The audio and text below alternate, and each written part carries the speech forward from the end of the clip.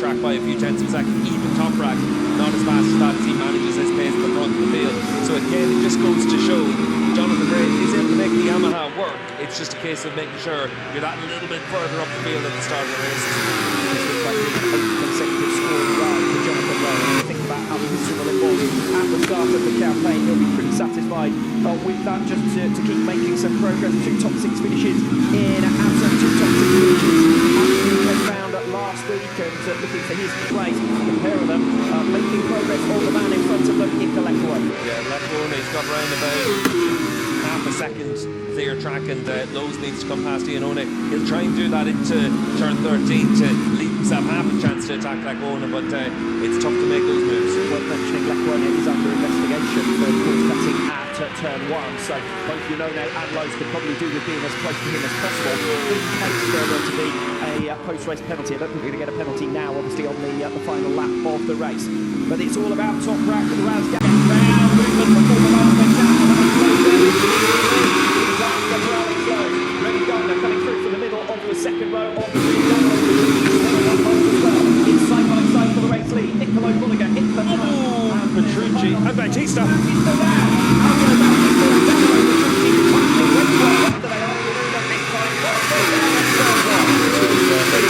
When your luck's out, your luck's out, and his luck is very much out at the moment. Nicolo Bulega, meanwhile, his teammate hits the front, contrasting fortunes between the 2 factory Ducati riders. Bulega looks set with the championship advantage over teammate, the reigning champion Bautista. Stalking him now, Toprak Razgatlıoğlu until the end of lap 3, when Stephen the Superpole race was warning before eventually coming through to the front. Bulega was able to respond once, but Razgatlıoğlu came through and clear at the first turn on lap number 4. Will Razgatlıoğlu get the job done a little bit earlier this time? But at the moment, Nicolo Bulega ahead of Toprak Razgatlıoğlu in second. Great start here from Remy Gardner. He's up to third. Alex Lowe's in fourth position with Michael van der Mark moving up the order and making progress, as well as Michael Rinaldi. So good start for Lowe's. Yeah, Scott Redding as well into 8th position. Good effort from Jonathan Ray lost out a few spots in that opening lap, so he dropped down to 10th position, but good start for BMWs with van der Mark able to get himself up into the top 5. Toprak had a bit of a moment in turn 15, managed to collect it. He's going to just build his way into this one and then give himself the chance to lead this race in the next lap or 2.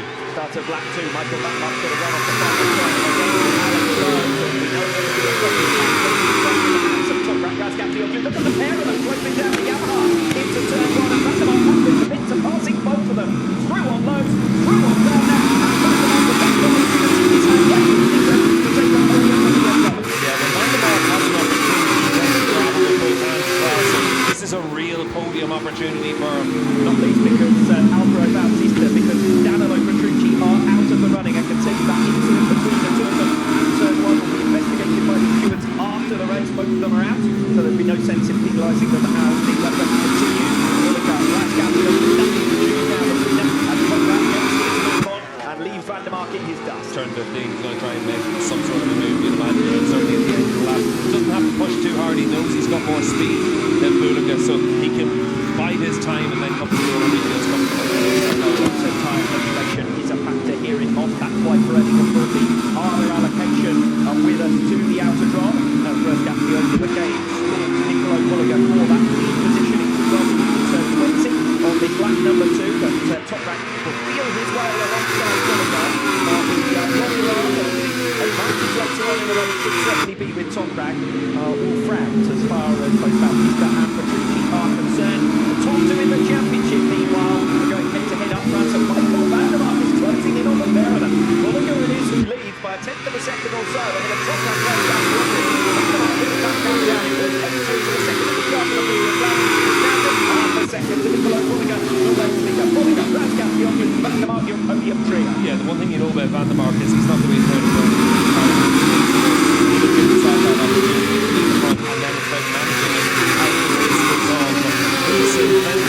that it's about staying at the front for as long as possible. That's how you're able to give yourself a chance of the podium or big points. Let's have a look what happens on the run into turn 1. Bautista's on the outside, Petrucci's on the inside, and he's got nowhere to go. He's sandwiched between them, and that's what happens when you're not getting any luck to Alvaro Bautista in terms of the battle. Iannone has a run off as well. He's gone in off that corner, but just looks like it's a classic Most case of 3 into 1 doesn't go, and the end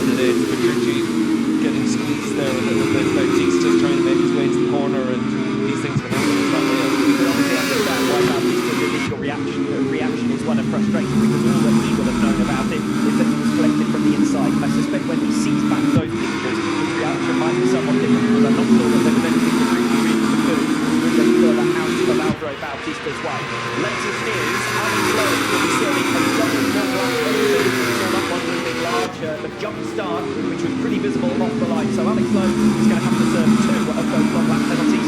Normally costs about 5 or 6 seconds, a double long lap penalty. Yeah, it's a shame for Lowe there, because once he jumped, you saw he stopped, and then he loses that ground into turn 1. So then steering take that into account in this case. It wasn't the Lowe's, and it's almost like you're better off just to bolt to try and take that advantage. Nicolo Bulega has taken an advantage at the head of the field, maintaining his gap with a new personal best last lap around. Best part of 2/10 of a second at the end of lap 3. 4 tenths back, Gardner 6 tenths in arrears, so second now for Alex Lowe. Rickman gets those podium positions, he sits down in P5. Razgatlıoğlu still menacing on the tail of Bulega. Get the impression, as we did in the Superbike race earlier on today, that Toprak really could assume top spot whenever he fancies. And Alex Lowe ducks to the outside line. See where he reaches. This is half of his double long lap penalty now served. He will rejoin, I think, just behind Michael Rinaldi. So lots of Scott Redding and a few places locked there for Alex Lowe at the start of this race. Remember, he started it looks like he lost probably by just under 2 seconds, so not too big of a penalty here at Most compared to some other places. Bulega and Razgatlıoğlu still nose to tail. Toprak just picking the right moment, but he won't want to hang around too long behind Nicolo Bulega, because the heat will be coming off that technical approach. And while you might feel the ambient temperature is here in Most, I think you'd like to have some clear air in front of you. Yeah, it's up to 32 degrees, so it's gone up a degree even in the last half hour. And if you're stuck behind a rider in front of you, it means that that tyre, especially in the front, is just getting hotter and hotter. The pressure goes up, it gets harder and harder to find some grip. So Toprak doesn't make this move, you'd imagine, on this lap, but he just gives up a bit too much crowd in that final sector compared to Bulega. But in this first sector, he's really strong. He's right back on the back wheel. Another new personal best lap for Nicolo Bulega. Toprak closing it down. Still covered by less than 2 seconds. The field splintering because of Alex Lowe's penalty. Michael Rinaldi now up the sixth. Might not be too long before Lowe gets through on him, but I think it's going to be a lot quicker for Toprak to get through on Nicolo Bulega. Lap 5, and now Toprak seems to be willing to push on to make this overtaking move. Yeah, Bulega goes well to defend into 10, not to be able to defend into turn 13. You'd imagine Toprak will probably try into the next right-hander to try and give himself that chance to come back through. But Bulega's got his bike working well, as you can see. Nicolo Bulega pushing on hard here. New personal best lap. Razgatlıoğlu, the man with the pace advantage in WorldSBK at the moment, has had back-to-back wins. And here he goes, launching to the inside of exit of turn 15 through turn 16. 20 up the conventional way to make that move. But underneath the bridge, Razgatlıoğlu the master through there. Into the front of that car. Struggling on that change of direction and the agility with his Ducati. The opportunity for Bulega is going to be to get close to the Toprak coming off turn 21 and try to pass him midway down the 792-metre start finish straight. If he doesn't, Toprak, under heavy braking into turn 1, is going to escape away.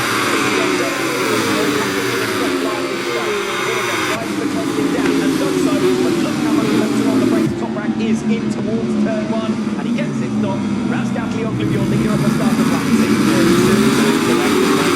Razgatlıoğlu and keep that race pace.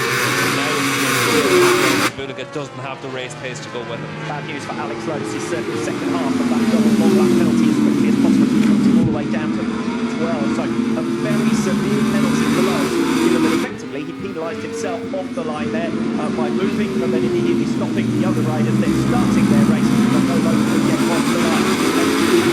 Ducati scrap earlier on today for second position. This is a Yamaha battle for fourth place. Remy Gardner versus Andrea Locatelli. It's for the best of the rest, but there might still be opportunities for the podium for either one of them.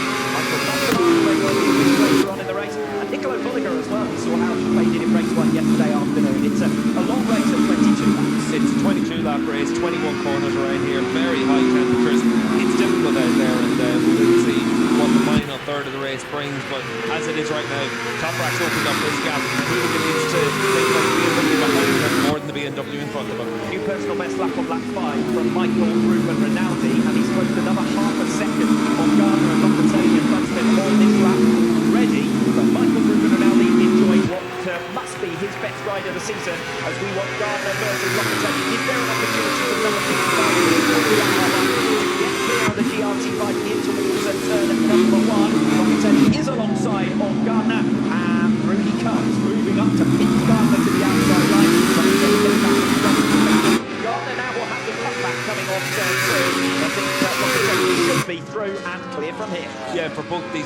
riders, they'll know that there's a good chance that they've put themselves in a position to fight for a podium in this race. So important there for Locatelli to make that move. More bad news coming up here for Alex Lowe, who is under investigation for course cutting at turn 1. Of course, riders required to give a second back when they exit the circuit. So we'll find out whether Lowe's has done. Yeah, he's lost 2.5 seconds there in the first sector, so he's had to run through that escape, and he's dropped all the way down to the 15th spot now. This is what happened at the beginning of the race. You can see there Bautista, he's leaning in to get himself into the corner. There's 2 bikes beside him, and that's what caused the crash. This is looking back, and you'll see Petrucci in the middle of this group, and Gardner and Bautista, they're all kind of very close there. It's typical race incident in turn 1, unfortunately. Petrucci is certainly getting into that turn 1.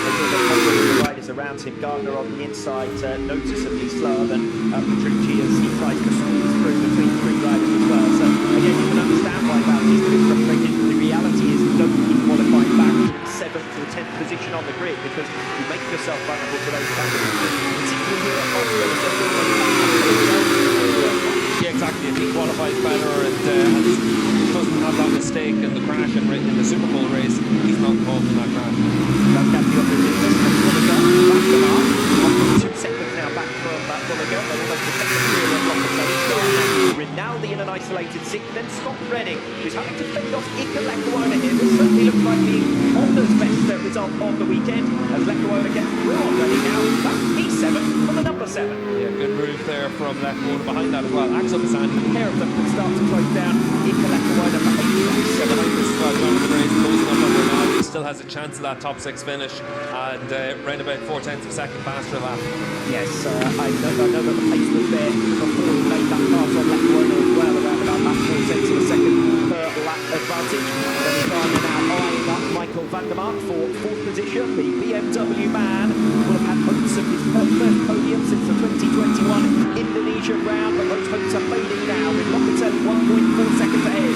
And Remy Gardner, if he wants to get after his Yamaha stablemate and claim himself a place on the podium, he's going to get through on van der Mark swiftly. I think 3.5 laps to go and 1.5 seconds to make up on Locatelli in 3rd. And every point matters for Remy Gardner as well. Every position matters. He's still in a bit of a fight with the likes of Ian Ole and Petrucci in the championship standings. He wants to give himself that top 6 finish through the course of this season and close up on Locatelli as well. So certainly for Remy Gardner, he wants to get through him on the by 2.5 seconds on Nicolo Bulega. Then it's Andrea Locatelli, 2.9 seconds back.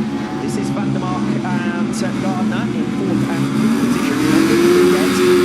For Remy Gardner, 5 seconds back is Michael Rinaldi and Jonathan Ray now only 7/10 of a second behind. That's the next battle to watch. Jonathan Ray half a second a lap faster than Michael Rinaldi. By the end of this lap, he'll be at least on his tail. Yeah, good scrap for 4th, good scrap for 6th, and rightly we're sticking here with Remy Gardner to see if he's able to make a move on Van der Mark. Van der Mark's bike a little bit lazier on the change of direction compared to Gardner, so maybe that 16-17 complex might give the opportunity to the Yamaha riders come through. 6th place, top independent, Michael Rinaldi winning for certainly his best ride of the season so far. Had a 6th place in race 2 of the Australian round all the way back in February.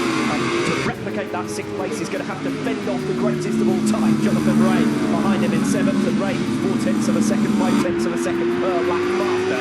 That looks to have an air of inevitability about it. Remy Gardner versus Van der Mark, a little bit less obvious. Gardner is visibly faster, but frustrated thus far by Van der Mark. This is the closest goal that he's been. Gardner ducks to the inside line.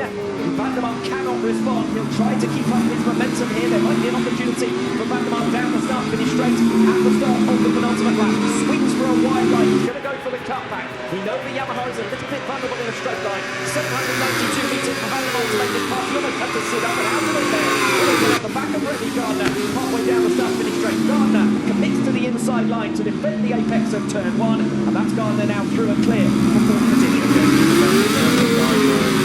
Able to come through. Van der Mark still a top 5 for Van der Mark is a good performance here in March, but for Remy Gardner he had more speed, but Van der Mark's able to get his bike stopped. We saw that Remy wasn't really able to attack him in any of the braking zones, but Van der Mark keeping his markers. We'll see if that helps him now on the attack rather than trying to defend the position. Michael van der Mark 4th place in race 2 on the Catalunya round, his best so far this season. Position position finish here will be his best result since then. As we turn our attentions to the remaining scrap on this penultimate lap, it's Michael Rinaldi versus Jonathan Rea. Rinaldi top independent, 16th previous best result with Moto Corsa. He's not going to replicate it here. Jonathan Rea comes through in straightforward fashion. Rea has been about half a second a lap quicker than Rinaldi to close a 1.5 second gap and is now through for that 6th position. Yeah, they just make the move a lot cleaner and tidier than he did on Nicolo Bulega, but for Jonathan Rea, good to see this recovery ride and able to give himself a chance of a top 6 minute. Because that time last time around, a 32.8 is actually the fastest rider on the racetrack by a few tenths of a second. Even Toprak, not as fast as that as he manages his pace at the front of the field.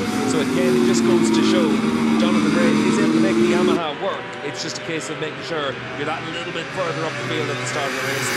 This looks like an 8th consecutive scoring ride for Jonathan Rea. When you think about how miserable it was at the start of the campaign, he'll be pretty satisfied with that, just to keep making some progress. 2 top 6 finishes in Assen, 2 top 6 finishes at the weekend round last week, and looking for his best result of the weekend now in race 2. But it does take you a whole weekend, doesn't it, to recover when you have a mistake in the superpole section. And Jonathan Rea again has found that out to his cost this weekend. Yeah, you just can't afford to have mistakes in superpole any longer. And for Van der Mark and for Rea to come away with 5th and 6th in this race would be a really good result, considering that they both crashed on their first flying lap of the session and to put them on the back foot of the race. Chance for Alex Lowe to nick an extra position here, but he's got a tough rider to make a move on. Andrea Iannone sits in 9th place. The pair of them are making progress. All the man in front of them, Nicolo Bulega. Yeah, Leclerc's got round about half a second clear track, and Lowe's needs to come past Iannone. He'll try and do that into turn 13 to leave himself half a chance to attack Leclerc, but it's tough to make those moves. Worth mentioning, Leclerc is under investigation for course cutting at turn 1, so both Iannone and Lowe's could probably do with being as close to him as possible in case there were to be a post-race penalty. I don't think we're going to get a penalty now, obviously, on the final lap of the race. But it's all about Toprak Razgatlıoğlu. A hat-trick on hat-tricks for Razgatlıoğlu over the line on one wheel to make it 10